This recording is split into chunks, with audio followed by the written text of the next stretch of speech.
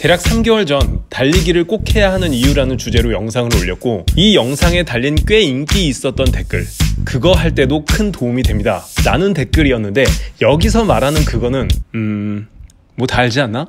그렇다면 정말 도움이 될까? 결론부터 이야기하자면 달리기는 정력왕이 되는 최고의 운동이다. 즉 진짜 상남자를 위한 운동은 고중량 스쿼트, 데드리프트, 벤치프레스 같은 운동이 아닌 달리기라는 것이다.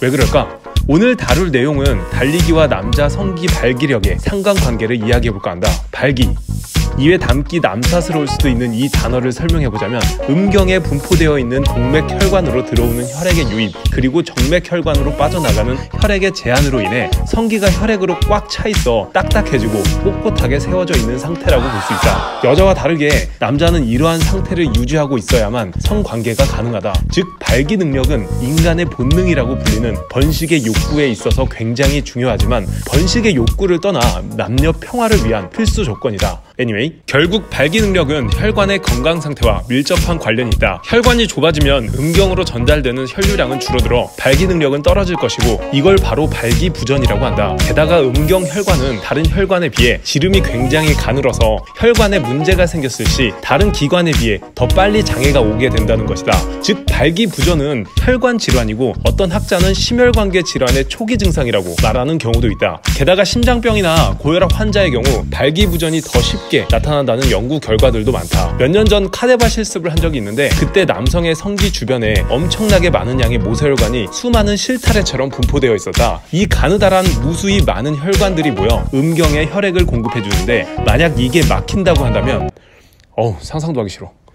결국 발기부전을 해결하기 위해서는 혈관의 건강을 회복시켜야 한다는 것이다. 혈관의 건강을 위해 달리기와 같은 유산소 운동을 해야 한다는 것은 이미 많이들 알고 있는 사실이다. 마찬가지로 남성의 발기 능력을 향상시키기 위해, 그리고 발기부전의 예방 혹은 치료를 위해 달리기와 같은 유산소 운동을 해야 한다는 연구들은 이미 무수히 많이 나온 상태이다. 물론 정신적인 문제, 타약물의 부작용으로 인한 문제, 당뇨로 인한 문제 등 혈관 건강과 관련이 없는 문제로 인한 발기부전을 달리기가 해결해 줄 수 있는 것은 아니지만, 발기부전의 거의 70% 가까이가 혈관의 문제이기 때문에 꽤 많은 발기부전 환자들의 치료법이 될 수 있다. 우스갯소리를 했을지도 모르는 이 댓글은 과학적으로 명백한 사실이라는 것이다. 문제는 어느 정도 강도의 달리기가 남성의 발기력에 도움을 줄 수 있는지가 중요하다. 이 리뷰 논문에서는 신체 활동이 부족하거나 비만, 고혈압, 신진대사 증후군, 심혈관계 질환으로 인해 발기부전을 갖게 된 남성들에게 주당 4회 40분 정도의 중고강도 유산소 운동을 권장하고 있으며, 6개월 정도는 꾸준히 해주어야 치료 효과를 볼 수 있다고 한다. 중고강도 유산소 운동이 어느 정도 강도인지는 이 영상을 확인해보면 알 수 있을 것이다. 난 아직 벌떡벌떡 잘 서니까 안 해도 돼 라고 생각하는 어린 친구들도 있겠지만, 니들 혈관은 노화가 안 될 거라고 생각하니?